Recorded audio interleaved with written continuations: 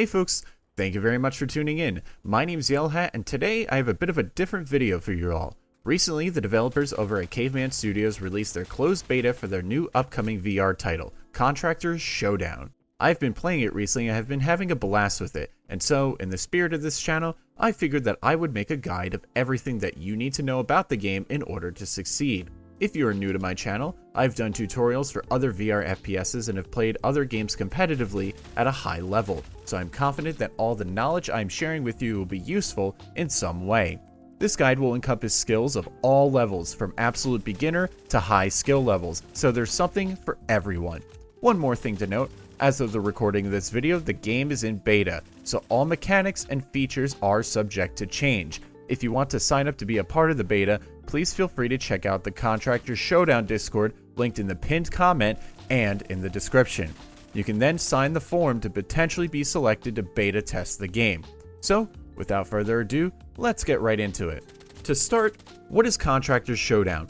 Showdown is a VR battle royale that will be available on Quest 2, 3, Quest Pro, and PCVR. It features teams of 3, and your objective is to loot the map to find weapons and cash to purchase gear to use in order to be the final squad remaining.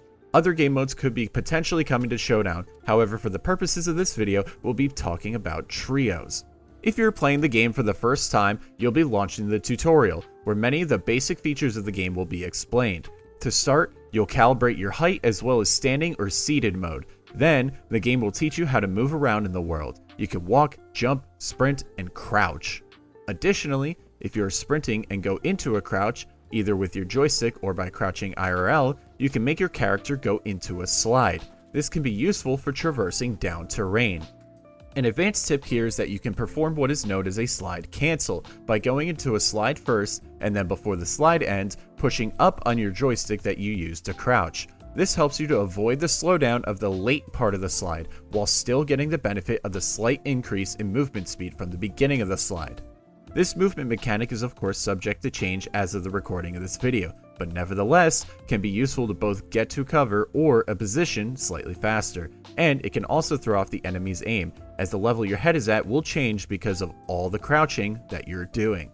Next up, the tutorial will have you mantle. Mantling in this game is pretty simple stuff. However, I will say, it's easier with two hands. In addition, there are ladders in this game which are climbable. It's important to note that you must actually grab the top of the ladder to get your character all the way up it. This mechanic is not inherently obvious, however, you can practice climbing ladders in the HQ area should you feel inclined.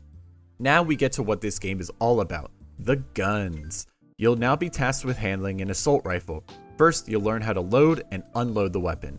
Some weapons have a magazine release, like the HK416 being used here, and you can press B or Y to release the mag. Other weapons can simply have their mag removed by grabbing it. To grab a new mag, use your trigger or your grip with your offhand to grab a mag from your pouch and then insert it into the mag well. Next, you can put attachments on your weapons. When holding an attachment with one hand and the gun in the other, a light green silhouette will appear on the gun, indicating where to place the attachment. Press trigger with the hand holding the attachment to place the attachment on the weapon. Lastly, grip the weapon with two hands and fire at the bot. It's especially important to grab the weapon with two hands and not one, as the recoil while one-handing the weapon will be wildly uncontrollable. Before moving forward, it's important to note that you can place any weapon on one of two spots on your player. You can put it across your torso or on your hip. A small tip here that I'll mention is that I like to have my primary across my chest and my secondary on my hip. In most cases, it'll be my assault rifle on my front and my sniper on my side, or my SMG on my front and AR on the side. Now to learn about the backpack. This is where you store ammo, healing items, utility, and upgrades such as extended mags and 3-plate vests. To store an item, you can either put your backpack in front of you and put items in it, or you can toss an item over your shoulder and release grip, and it will automatically put it in your backpack. If the bag is full, the item will of course not go into it. By default, you have 9 spaces for storage and 3 out of the 4 spaces available for the toolbox. You can increase that to 12 spaces in all 4 toolbox spaces by purchasing a backpack upgrade at a purple vending machine. We'll talk about those vending machines in a little bit. Now, how to use healing items, as this will be crucial for your survival. You will notice that on your right side by default that there is a silhouette of a healing item that is selected. You can hit B or A on your right controller to cycle through your healing items. To bandage, hold it in your hand and twirl it around your opposite wrist. To use a plate, have it in your hand, bring it to your chest, and push it towards the center. To use either of the needles, healing or adrenaline, pull the trigger of the controller that you're holding the needle with and point it towards your body until the meter fills. The game will show a blue highlight or green highlight in the case of the syringe for where to put these healing items when you need to use them. Grenades are an important part of the game, and they can often turn the tide of the battle. There are 5 different types of grenades right now. There are fragmentation grenades, flash grenades, smokes, radiation, and detection grenades. Frag grenades, of course, deal explosive damage and are quite powerful in Contractor Showdown. Flash grenades, when looking at them, cause your screen to go full white for about 10 seconds or so. You'll start to regain your vision after a few seconds, but these can be quite disorienting to your enemies. Smoke grenades provide a smoke cloud that you can use to block sight lines. Radiation grenades deal incremental damage in a small radius. Lastly, the detection grenades, if caught in the radius, will mark enemies on your screen with a large red dot. To throw a grenade, first pull the pin with the opposite trigger, then simply throw and release with your controller. Showdown provides grenade throwing assist with your offhand. You can use it to do more consistent lineups if needed. You can also cook a grenade by hitting the B button on the controller that is holding the nade. The MICA device is one that is quite important, as it allows you to use devices like cluster bombs, UAVs, and it allows you to look at the map and purchase from vending machines. To use the MICA at a vending machine, grab it off your chest and point it directly at the machine. A menu will come up if close enough to the machine, and you can select an item with trigger to make a purchase. To install a chip into the MICA, you can simply grab it and bring it towards the MICA device on your chest. To actually use a chip with the MICA, you can swap between them using A and B or Y and X. Then, you can pull the trigger to activate the chip. You can also ping locations quickly using the MICA device. Turn it so that the back of your hand is facing away from you, then click the trigger to ping. Another quick tip here, if you bring your hand to your helmet and press trigger, you can also ping quickly as well. Holding the trigger will allow you to be more precise with your pings. Lastly, for the tutorial section, we have parachuting and ziplining. These are both great ways to be able to traverse the map quickly. To use a zipline, go up to it and hold your grip button to ride the zipline. A pro tip here is that you can smooth turn and move your hand up and down to rapidly shift your position on a zipline, making you a much harder target to hit. To parachute, both hands must be gripping where the yellow silhouette is in front of you. You can push forward and up to go faster and farther, or pull back to go slower. Turning depends on which turn option you have. Feel free to have a read of the description here or in the tutorial. Now that we are done with the tutorial, we'll go over everything in the headquarters, including how to use cosmetics, change preferred attachments on weapons, and use the shooting range. Cosmetics are a large part of Contractor Showdown, and you can change everything from the gun skins to gun charms, player skins, MICA skins, and player cards. The customization is limitless. To start, the weapon workbench is where you can change your weapon skins, charms, and attachments. Most of the attachments are purely cosmetic, but you can also change which sight you want to use, and this can be beneficial for people that prefer to use holographic sights over red dot sights, or for those who want a different sniper scope reticle. By default, only one sight is unlocked per category, and to unlock them, you must level up or unlock them with the blueprint station. There exist weapon skins as well as weapon sprays. Skins change the material of the gun, while sprays just change the color. You can make many different combinations of skins and sprays to have your own unique weapon. The blueprint station is where you put your uploaded chips that you've earned from playing the game or doing contracts. These chips unlock blueprint points that can be used to build blueprints like weapon skins and other cosmetics. They can also unlock cosmetics like charms, sprays, etc. Upstairs, you'll find character customization and MICA customization. These two stations are pretty self-explanatory and do exactly as described.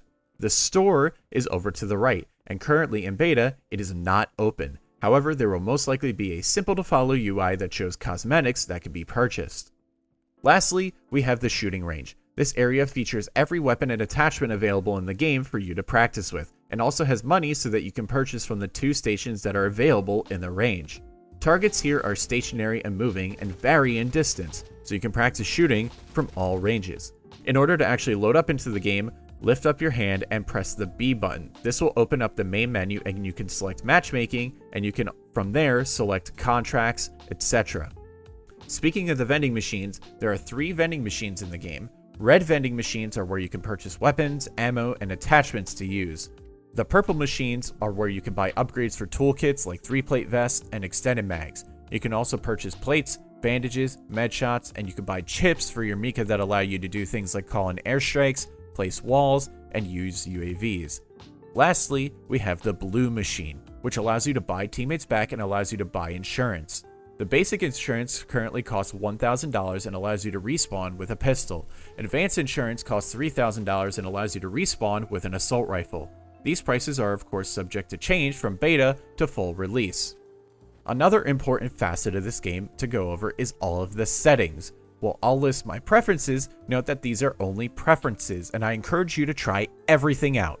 There are 4 categories for these settings: graphics, control, presentation, and devices. By default, you'll load into the presentation menu. Here you can set your default region, menu distance, FOV limiter, interaction hints, kill feed UI, camera shift, blood effects, and your tactical vest. If at any point you like to use the settings that I use, feel free to pause the video. In the presentation menu, I tended not to mess with any of the game default settings. The control menu is where you can calibrate player height, set your parachute options, which you initially do during the tutorial, and you can also set player body, gun handling pivot, weapon mount, gadget and clip interactions, grip on hold, fixed foregrip holding, shotgun pump assist, hand on reload, scope stabilization, weapon smoothing, button for menus, and B haptics. In addition, you can set your locomotion settings, auto sprint, virtual crouching, and artificial turn settings. The settings I'd recommend here are full body IK for player body, which lets the player see their arms and hands instead of just floating hands. Hands on reload to release, head oriented to enabled, as I personally find head based movement less disorienting to new players than hand based, auto sprint enabled, virtual crouch enabled, and turning set to smooth. I would experiment with weapon smoothing to see how much of it you do or don't need. Otherwise, the settings not mentioned I would leave as default. Again, experiment with everything to make sure it fits for you. Now for graphics settings if you're on PCVR. For best performance and clarity balance, I would go with resolution on medium and everything else on low. This all of course depends on your PC and specs, but these were what I found to be the most optimal settings for getting the most frames while keeping visual clarity. These settings can change depending on any future optimization updates. Lastly, we have devices, and this is where you set your audio input and output, as well as set anything you need for a physical gun stock or B haptics. I would highly recommend turning on virtual gun stock and using Type A. Type A essentially creates a third contact point based off the controller positions, and it helps to steady things out. This again depends on your aiming style, but I find that Type A virtual gun stock really helps out with keeping your gun steady, and in this game, where the engagement ranges are much longer, that can be the difference between hitting a shot and missing one. To go over Type B virtual stock, it works when you bring the gun model close to your player's shoulder, and then once in position, steadies the gun. I find that with Type B, you're a little more locked in place and therefore restricted in how you can handle the weapon, but again, experimentation is key. You can also adjust your weapon angles by clicking on Calibrate Gun Stock. Despite the name, the purpose of this setting is to adjust your weapon angles to your liking. Experiment with this and find the position that best works for you. So now that we've gone over pretty much every feature, gadget, and setting in the game, how do you actually use all this knowledge to succeed? While I plan on going further in depth in a separate video, I will leave a few tips that you can use right now to hopefully start winning more gunfights and more matches. First, positioning is everything in a battle royale, and Contractor Showdown is no exception. When you have the time, find where the circle is going and find the power positions in the circles and try to take control. This includes places that have height advantage as well as plenty of places with hard cover and buildings. Second, play smarter, not harder. Don't try to take on an entire squad of 3 by yourself at the same time. Rather, split the engagement into 1v1s as much as you can. That, and don't take a fight with limited information. Here's an example. In this situation, my teammate is split from me, and I know that I have 2 players pushing me, but I don't know exactly from where. I use my UAV to see exactly where they are and note that they're actually split from each other. I use this knowledge to fight the one that is closest to me, but while staying near hard cover. I isolate and finish the fight just in time for the second player to peek at me. I get back to cover, heal, and then take the second fight and am able to win it by repositioning and getting the first shots off. A couple other rules of thumb that you can remember. Never be more than 1 to 2 seconds away from hard cover if you can help it. Hard cover includes rocks, houses, walls, and hills. This will ensure that you are way less likely to die by being in the open. You don't have to take every fight and shoot at every person. Position yourself first before taking any fight in order to have the best chance of succeeding. Headshots are king. They often turn the tide of the battle in any situation, and most guns kill way faster by getting headshots. Play off your teammates. 3 guns is way better than 1. Getting 2 split up often results in your squads getting wiped. Playing together means that even if your teammate goes down, you can try and go for the trade and often save your teammate from getting thirsted.